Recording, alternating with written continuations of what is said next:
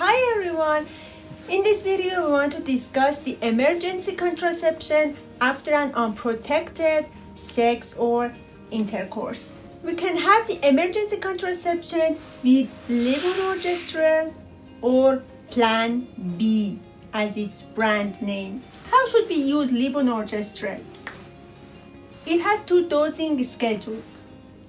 1.75 milligrams every 12 hours during the first 5 days after intercourse, or 1.5 milligrams just once.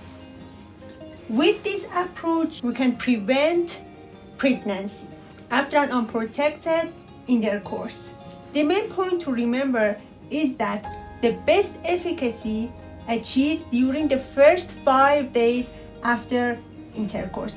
The later the treatment starts, the less effective it would be.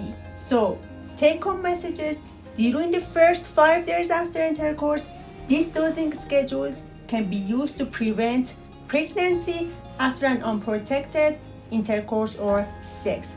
Hope you enjoyed this video. Please like, subscribe, and share. Thanks.